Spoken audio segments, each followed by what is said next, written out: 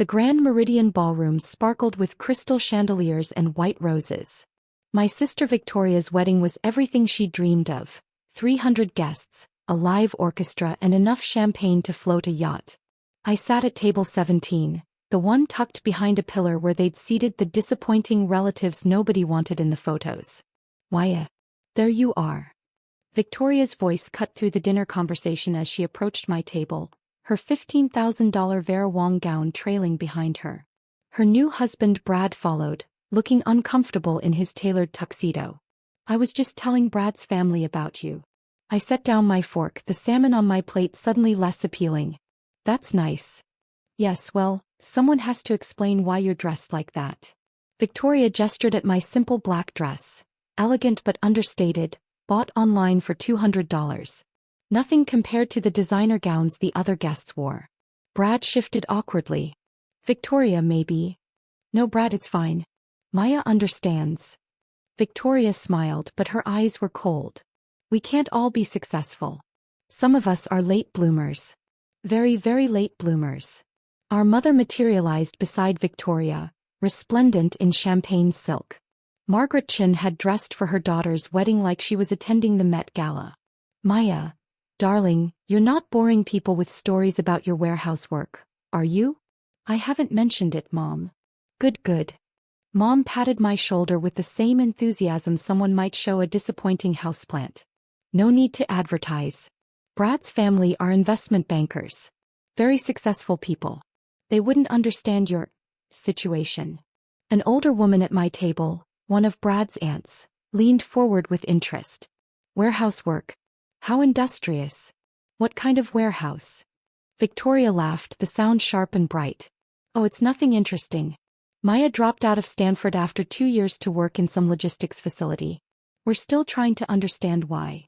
I didn't drop out, I said quietly. I took a leave of absence. 5 years ago. Mom's voice dripped with disappointment. 5 years and you're still loading boxes onto trucks. Your father and I paid for 2 years at Stanford, Maya. Do you know how much that cost? I do. I've paid you back. Victoria snorted. With what money? You live in that tiny apartment in Oakland and drive a 10-year-old Honda. Don't tell me you're swimming in cash. Brad's aunt looked between us, clearly uncomfortable. The other guests at table 17 had gone quiet, their attention fixed on the family drama unfolding before them. It's honest work, I said, keeping my voice level. Honest.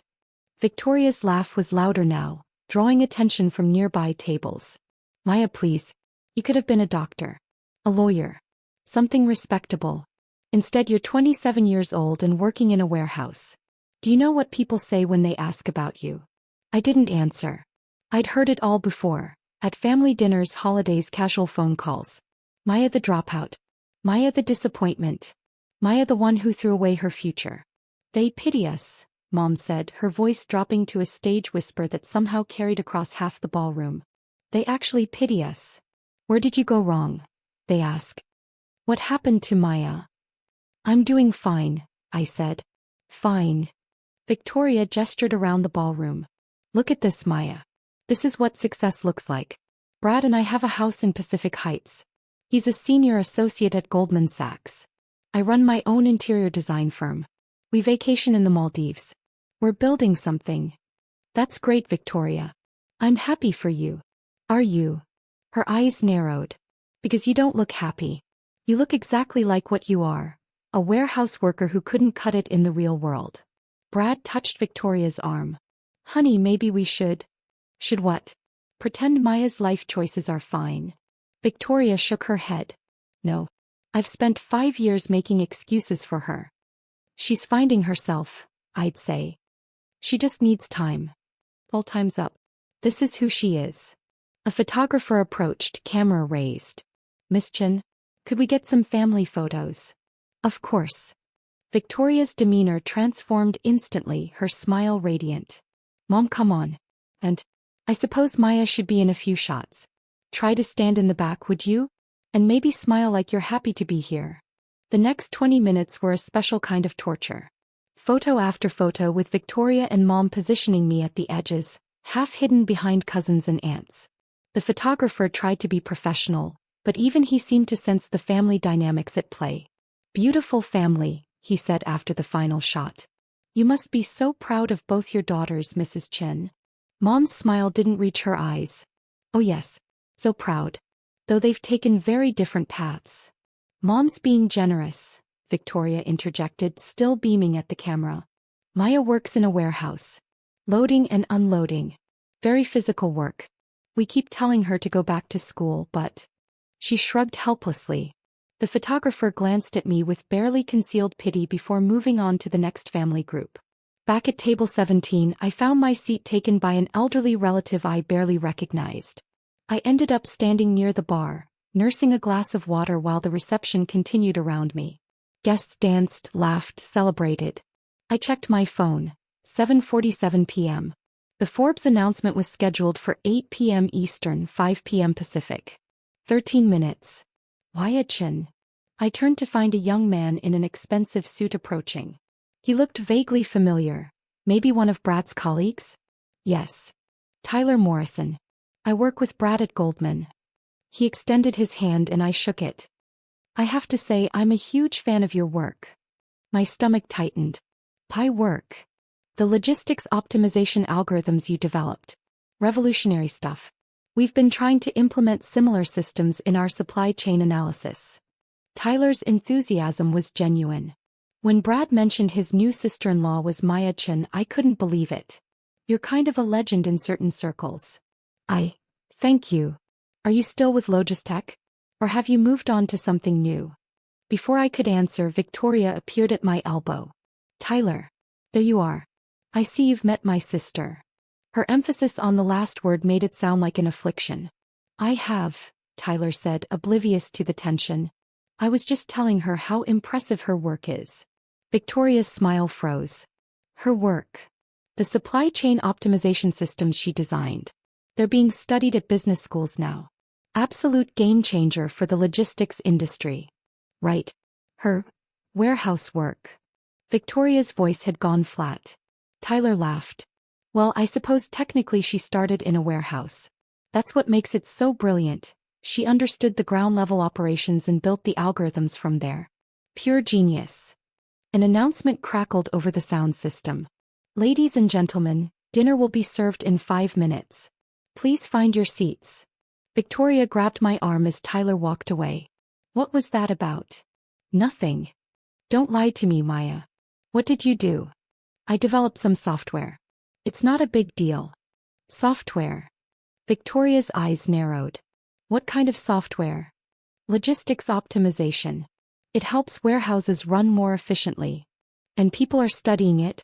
At business schools." I shrugged. "I guess it works pretty well." Victoria's grip tightened. "Why didn't you tell us?" "You never asked. You assumed I was just loading boxes." "Because that's what you said. You said you worked at a warehouse." I did. I started there to understand the systems before building something better." "This is unbelievable." Victoria released my arm. "You let us think you were a failure." "You decided I was a failure," I said quietly. "I just didn't correct you." Victoria opened her mouth to respond, but Mom appeared with a cluster of relatives in tow. "Waya, come, we're taking more photos. Try to look presentable this time. And fix your hair, it's going flat." I followed them back to the photo area where the photographer was setting up another shot. My phone buzzed in my clutch. 7:58 p.m. 2 minutes. "Everyone smile," the photographer called. "Beautiful. Now one with just the bride and her parents." Phones started buzzing. Not just one or two but dozens across the ballroom. A wave of notification sounds rippling through the crowd like dominoes falling. What on earth? Mom pulled out her phone, frowning at the screen. Her face went white. Victoria checked her own phone. "This can't be right." "What is it?" Dad appeared, champagne glass in hand, his face flushed with alcohol and celebration. "What's everyone looking at?" "Forbes just published their 30 under 30 list," Brad said, staring at his phone. "Technology category." Tyler Morrison's voice carried from across the room. "Holy shit. Maya Chin is number 1. The ballroom went quiet.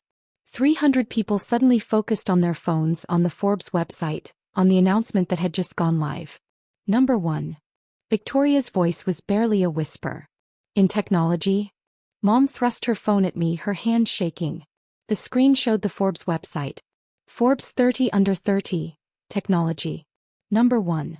Maya Chin, 27. Founder and CEO Logistech Solutions. Net worth.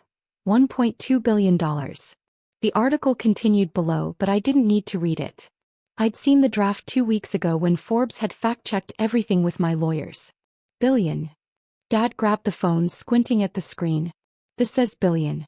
With a B. That's impossible, Victoria said. Maya works in a warehouse. She drives a Honda. She lives in Oakland. I live in Oakland by choice, I said calmly. The warehouse is where I started Logistech. And I kept the Honda because it runs fine. Tyler Morrison pushed through the crowd, his face lit with excitement. Maya. Congratulations. When were you going to tell us? Number 1. And youngest self-made billionaire in the technology sector. Billionaire. Mom's voice cracked. Maya, what is he talking about? More guests crowded around, their phones out, comparing notes. The Forbes article was spreading through the ballroom like wildfire. A woman in a red dress, one of Brad's senior partners at Goldman, approached with her phone extended. I apologize, but I have to ask. Are you the Maya Chin who developed the smart flow algorithms? I am. I've been trying to get a meeting with your team for 6 months. We want to implement your systems across our entire global supply chain. She glanced at Victoria and Mom, her expression shifting from excitement to confusion. Wait, you're the bride's sister. I am. But earlier I heard someone say you worked in a warehouse? I did. That's where I started Logistech 5 years ago. The senior partner's eyes widened. You started Logistech in a warehouse? In Oakland. I needed to understand ground-level logistics before I could optimize them. So I worked the floor for 8 months. Loading trucks, managing inventory, tracking shipments. Then I built the software. And now you're worth over $1 billion. The senior partner laughed in disbelief. That's incredible. Victoria grabbed my arm again, pulling me away from the crowd. Why didn't you tell us? Tell you what? That you were building a company. That you were successful. You let us think. I let you think what you wanted to think, I said. Every time I tried to explain what I was doing, you interrupted. You assumed. You decided I was a failure and nothing I said would have changed your mind. That's not fair. Isn't it? Christmas, I tried to tell you about the first major contract Logistech secured. You cut me off to talk about your new handbag. At Dad's birthday, I mentioned that I was hiring a development team. You asked if they were other warehouse workers. Mom appeared, mascara starting to run. Maya, sweetheart, this is wonderful news. Why didn't you share this with your family? I tried. You weren't interested in listening. But $1 billion. Dad had joined the circle, his face red.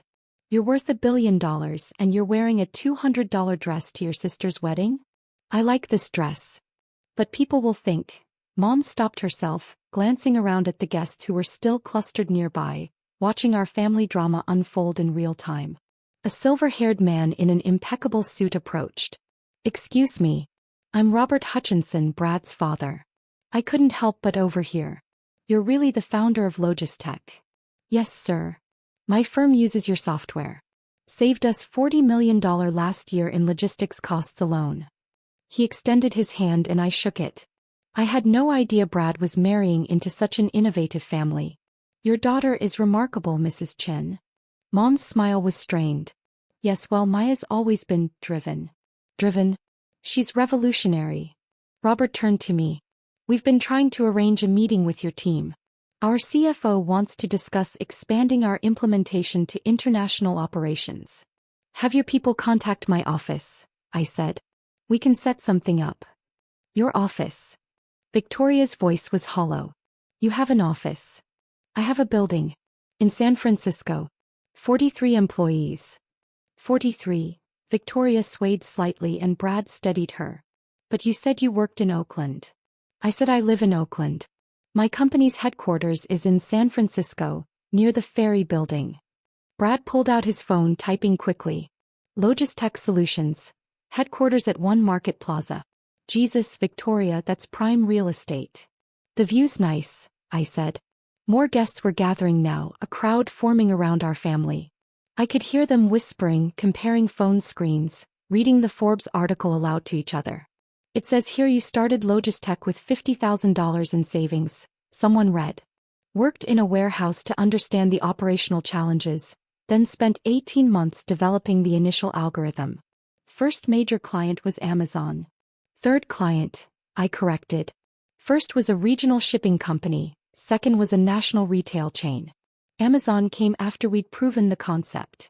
Tyler Morrison laughed. After you'd proven the concept? Maya, you revolutionized supply chain management. Companies are falling over themselves to implement your systems. The photographer appeared, camera raised. Miss Chin? The younger Miss Chin? Could we get some photos? Forbes might want to use these for their feature article. Feature article? Mom's voice rose an octave. Of course, the photographer said. They always do extended coverage of the #1 spot. Especially when it's someone as young as Miss Chin. This is huge news. Victoria grabbed the photographer's arm. Wait, you want photos of Maya? For Forbes, yes. The lighting in here is perfect, and with the wedding backdrop, it's a great human interest angle. Billionaire CEO celebrates sister's wedding. Very relatable. Relatable. Victoria repeated the word like it was foreign. My phone rang.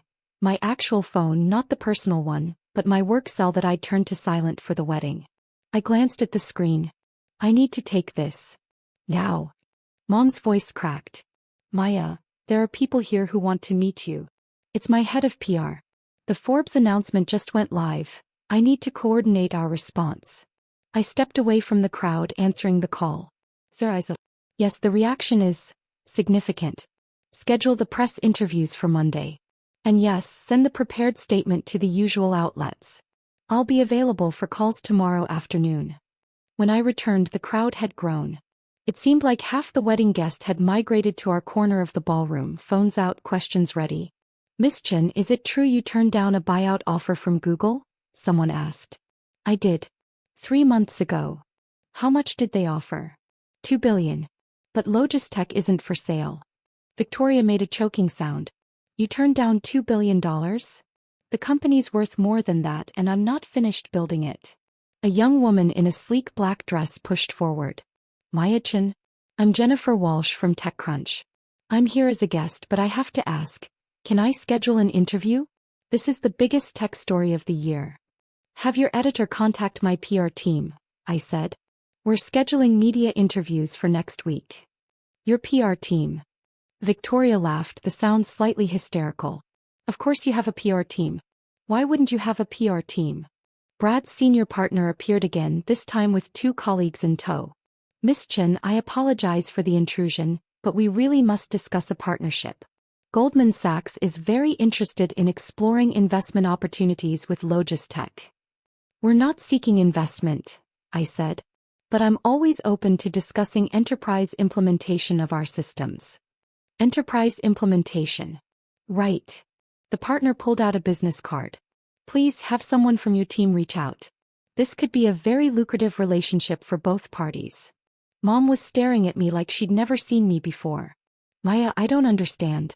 When did all this happen? Over the past 5 years. While you thought I was just loading trucks. But you never said. I tried.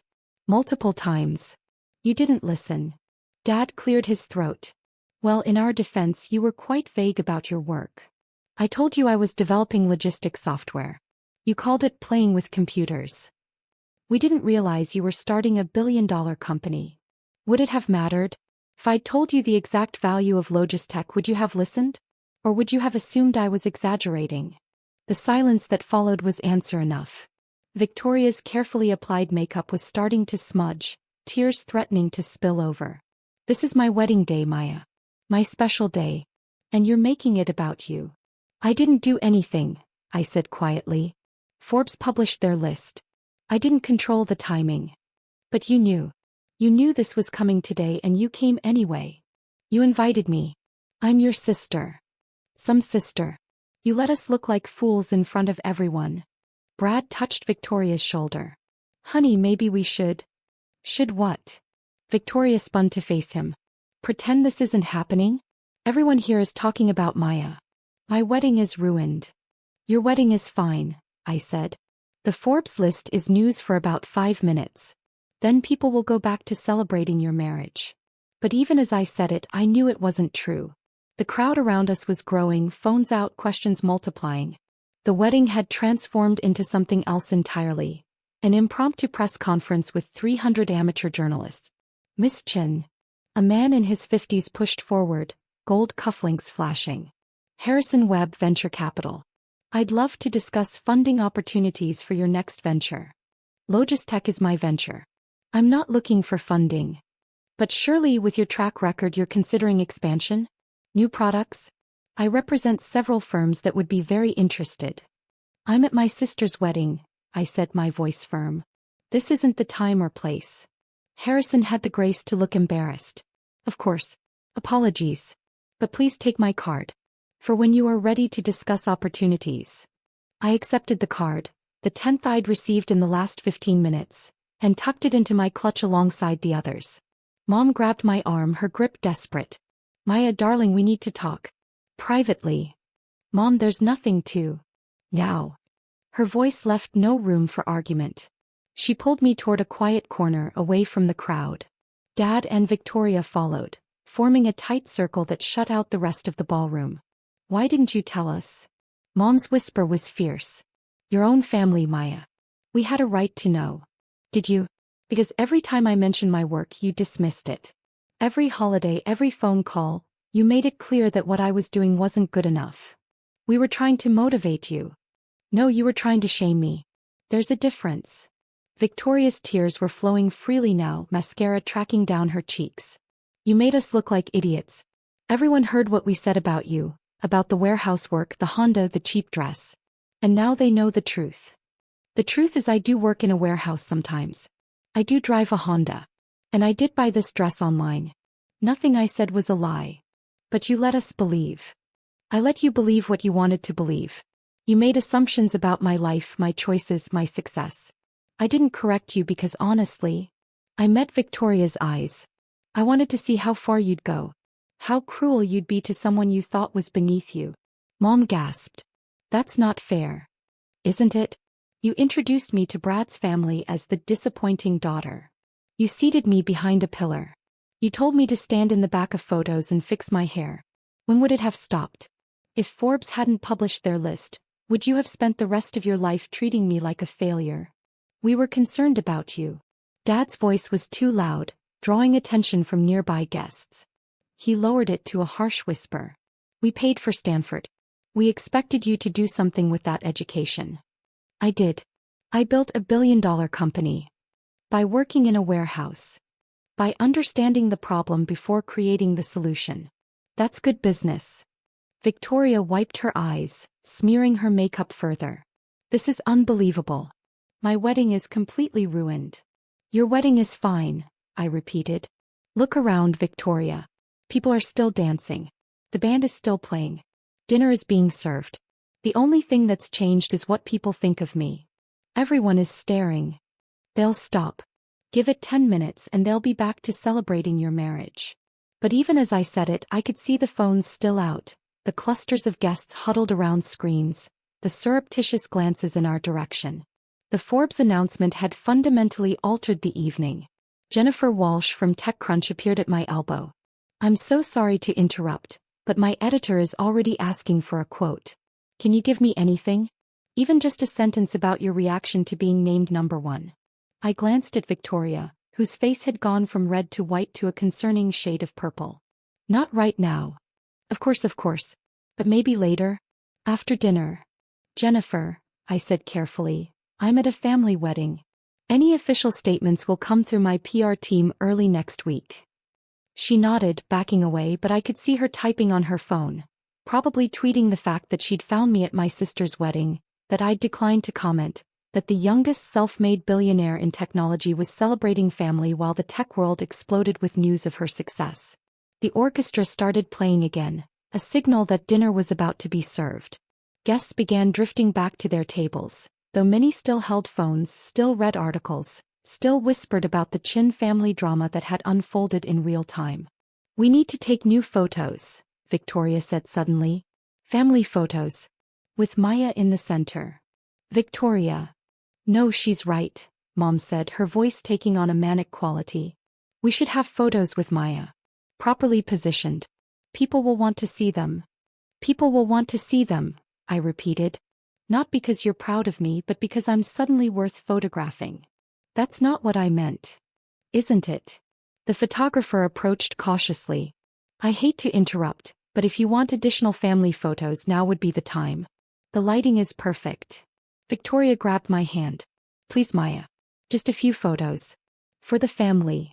I looked at my sister, her smudged makeup, her desperate eyes, her death grip on my hand.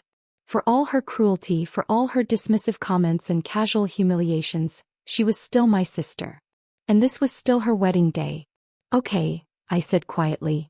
A few photos. We spent the next 10 minutes posing for the camera. This time I wasn't hidden in the back or half-cropped out of the frame. Mom positioned me front and center, her arm around my waist, her smile bright and false. Beautiful family, the photographer said. You must be so proud. Mom's laugh was brittle. Oh, we are. So very proud. When the photos were finished, I escaped back to table 17. My salmon was cold, the vegetables congealed, but I didn't care. I just needed a moment away from the staring, the questions, the sudden attention. Tyler Morrison slid into the seat beside me. Hell of an evening. You could say that. For what it's worth, I think what you did is incredible. Starting from the ground up, really understanding the work before trying to optimize it. That's rare in tech. Thank you. And your family. He hesitated. Well, I'm sure they're just processing the news. They're processing the fact that I'm suddenly worth knowing. Tyler winced. Yeah. I heard some of what they said earlier. Before the announcement. That was rough. It's been rough for 5 years. Why didn't you tell them? Would you believe me if I said I wanted to see if they'd love me anyway? Even if I was just a warehouse worker. And I watched Mom across the ballroom, watched her laughing with Brad's parents, probably spinning some story about how she'd always known I'd be successful, how proud she'd always been. I got my answer, I said. Dinner was served, though I barely tasted it. Guests kept approaching between courses.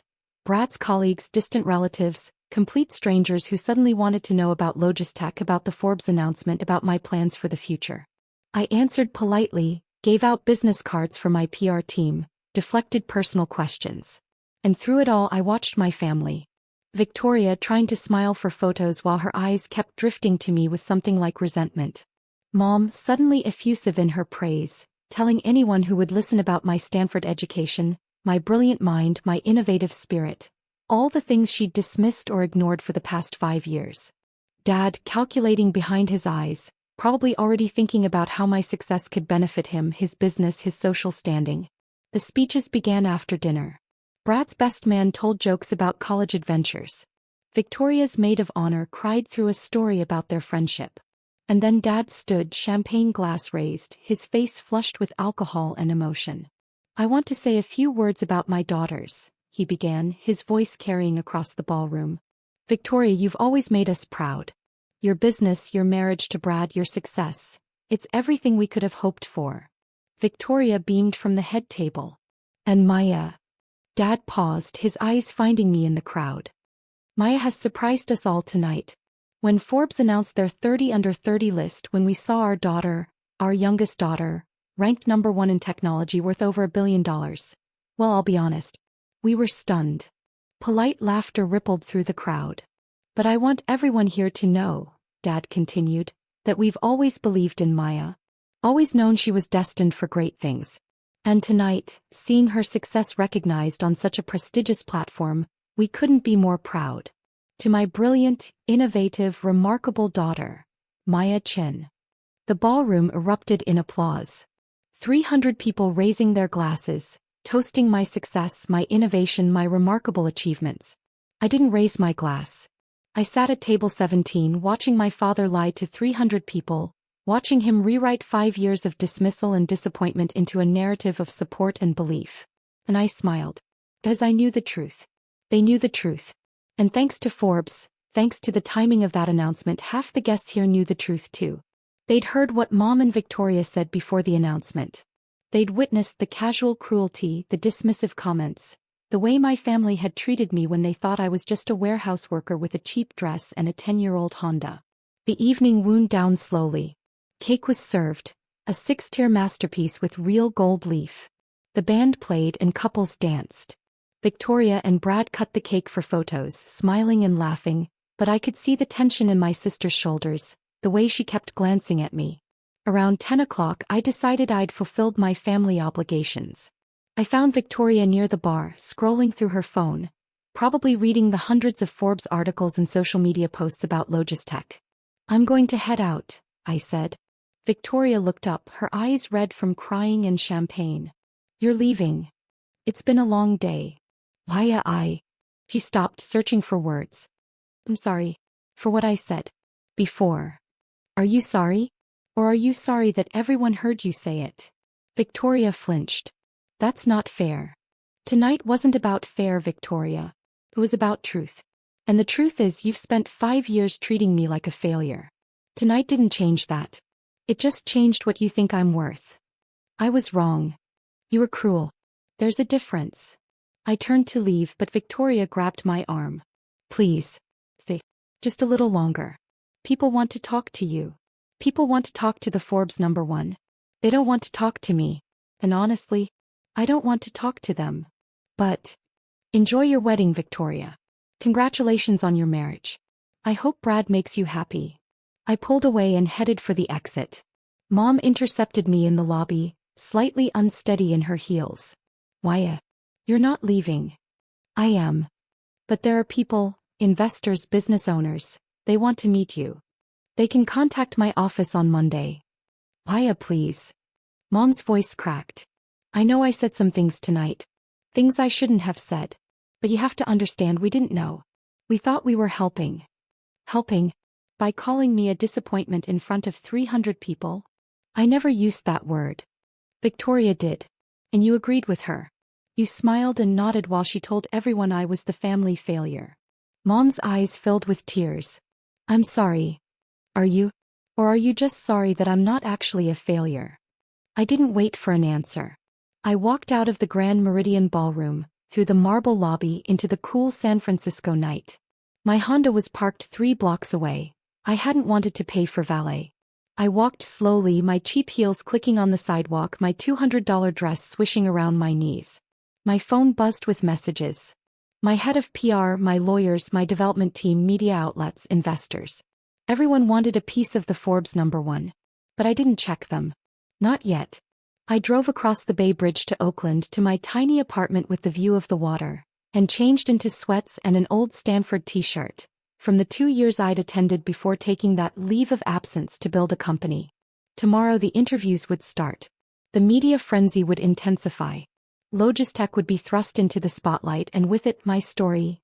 The warehouse worker who became a billionaire, the Stanford dropout who revolutionized logistics, the family disappointment who proved everyone wrong. But tonight I just sat on my balcony and watched the lights of San Francisco sparkle across the bay. I thought about Victoria, probably still at her reception, trying to salvage her special day. I thought about Mom and Dad, spinning their narrative of always believing in me, always supporting me. And I thought about Table 17, tucked behind a pillar, where they'd seated the disappointing relative nobody wanted in the photos. My phone rang. "Sarah, my head of PR. The Forbes piece is exploding," she said without preamble. "Every major outlet wants an interview. Bloomberg, CNBC, TechCrunch, Wired. Everyone. And there's a human interest angle emerging about your family dynamic. Apparently, someone at the wedding tweeted about your sister's comments before the announcement." Of course they did. It's getting traction. Tech billionaire reveals sister's treatment at wedding. Do you want to respond? No. Maya, this could be good for your image. The self-made angle, the family drama overcome. I said no. What happened tonight was private. Or it should have been. Understood. What about interviews? Can I start scheduling? Yes. But only professional outlets. Tech industry focus. Nothing about my family. Got it. Also, Google CEO called. They want to discuss their buyout offer again. Still not interested. They're willing to go to $3 billion. I watched a ferry cross the bay, its lights reflected in the dark water. Tell them Logistech isn't for sale. At any price. After Sarah hung up, I sat in the quiet of my apartment. My tiny, cheap apartment that I could afford 1,000 times over but kept because it reminded me where I started, what mattered. My phone buzzed again. A text from Victoria. Everyone's talking about you. Everyone. This was supposed to be my day. I stared at the message for a long moment. Then I typed back. It still is. I'm sorry the timing was bad. Congratulations on your marriage. She didn't respond. Another text came through, this time from Dad. We need to talk about your company. I have some ideas about expansion. I deleted it without responding. And then unexpectedly a message from Brad. I'm sorry about tonight. Victoria is too, even if she can't say it yet. For what it's worth, I think what you've built is incredible. And I'm sorry we didn't see it sooner. I smiled at that. Typed back. Thanks, Brad. Take care of my sister. The San Francisco skyline glittered across the bay. All those buildings where people worked, where companies operated, where Forbes published lists that changed everything in a moment. Tomorrow I'd be the youngest self-made billionaire in technology. I'd be the Forbes #1. I'd be the success story everyone wanted to interview, invest in, learn from. But tonight I was just Maya Chen. The warehouse worker. The family disappointment. The girl in the $200 dress who chose to live in a tiny apartment and drive a 10-year-old Honda because success wasn't about the appearance. It was about the work. My phone buzzed one more time. A message from Tyler Morrison. Just wanted to say, your family might not have recognized your worth, but the rest of us do. Can't wait to see what you build next. I set my phone aside and watched the ferry lights disappear into the Oakland harbor. Tomorrow would be chaos.